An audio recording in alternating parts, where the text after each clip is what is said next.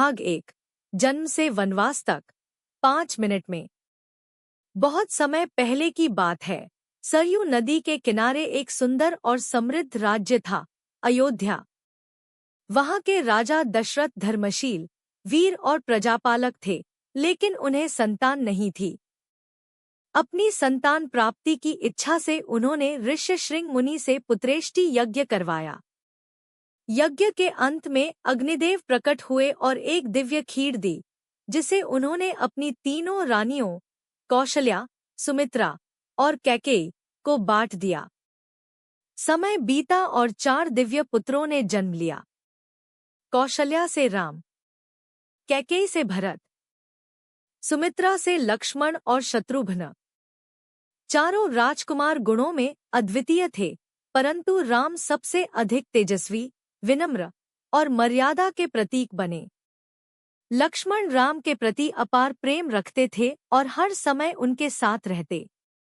विश्वामित्र का आगमन और ताड़ का वध। राम जब किशोर अवस्था में पहुंचे, तभी अयोध्या आए महान तपस्वी विश्वामित्र। उन्होंने राजा दशरथ से राम और लक्ष्मण को यज्ञ की रक्षा के लिए मांगा, क्योंकि राक्षस यज्ञ विध्वंस कर रहे थे। राजा ने कुछ झिझक के बाद अनुमति दी। राम लक्ष्मण विश्वामित्र के साथ जंगल गए और वहां ताड़का राक्षसी का वध किया। फिर उन्होंने कई और राक्षसों से यज्ञ की रक्षा की। जनकपुर और सीता स्वयंवर। इसके बाद वे जनकपुर पहुंचे, जहां राजा जनक ने अपनी पुत्री सीता के लिए स्वयंवर रचा था।